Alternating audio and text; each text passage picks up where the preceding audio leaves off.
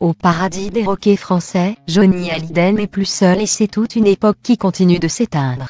Dick Rivers, une des voix les plus emblématiques des 60s, est mort des suites d'un cancer mercredi, le jour de son 74e anniversaire.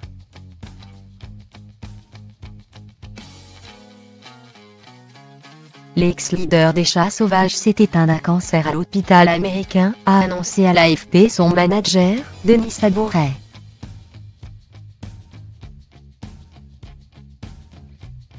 Il aura été emporté au même âge que Johnny en décembre 2017, par la même maladie.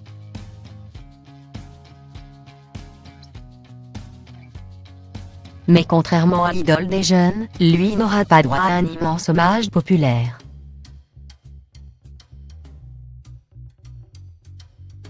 Il était le rock personnifié.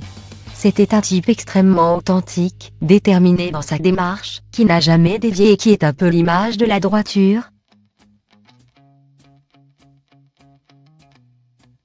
A commenté sur RTL Francis Cabrel, que Rivers considérait comme un de ses plus fidèles amis dans le métier.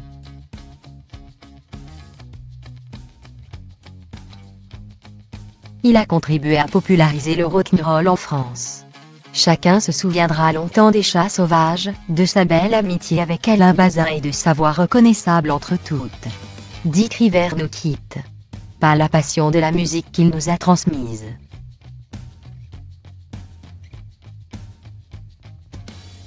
Hâte voter le ministre de la Culture Franck Riester.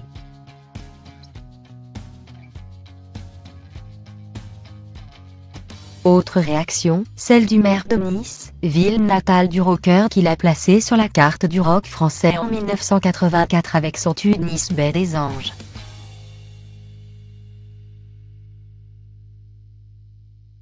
Sa musique, ce rock'n'roll formidable, nous parlait d'un temps d'optimisme, de jeunesse, de rébellion aussi, a déclaré Christian Estrosi dans un communiqué, tandis que l'OGC Nice, lui dédiera son match de Ligue 1 de football dimanche face à Guingamp.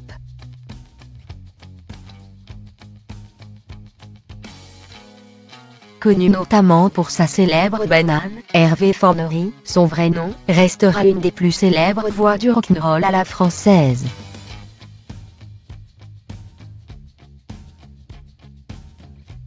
Mais contrairement à Johnny Hallyday ou Eddie Mitchell, lui était résolument resté ancré dans cette esthétique sans s'essayer à la variété, quitte à en pâtir médiatiquement.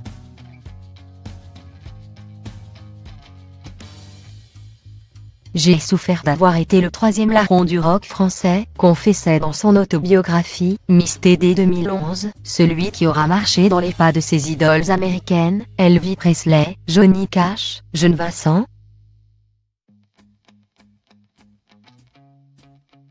Noblesse de l'interprétation.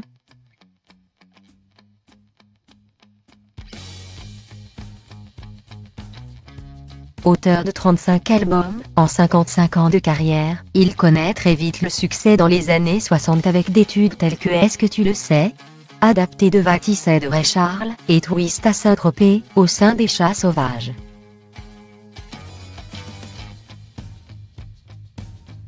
En solo, il sort en 1969 un OVNI, réalisé avec Gérard Manset et Alain Chamfort.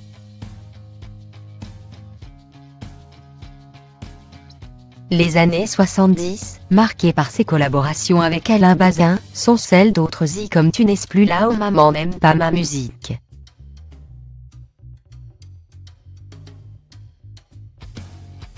À partir des années 80, on l'entend moins.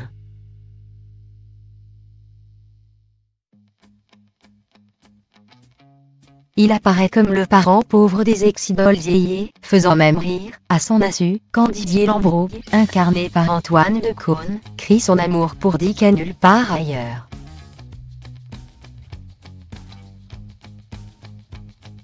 « 1945-2019. Un monument de la pop culture vient de s'effondrer. Didier est triste. Lui a d'ailleurs rendu hommage l'animateur sur Twitter.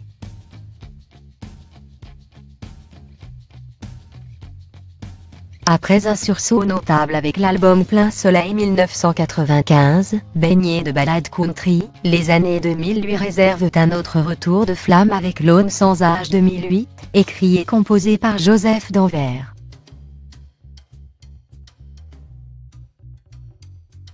À l'époque j'écrivais pour Alain Bazin et lui.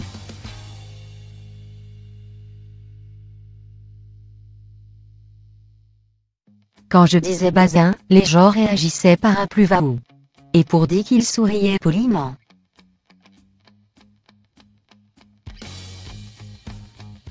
Mais le disque dans lequel il chantait l'âge, la mort, a été bien accueilli.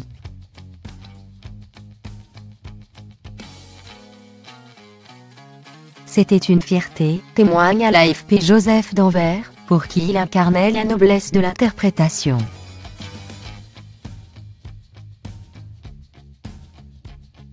Dick Rivers rappela l'an passé que sa voix grave et profonde avait finalement peu d'équivalent en France, dans un duo avec Julien Doré pour la reprise du tube de Rose Laurent Africa.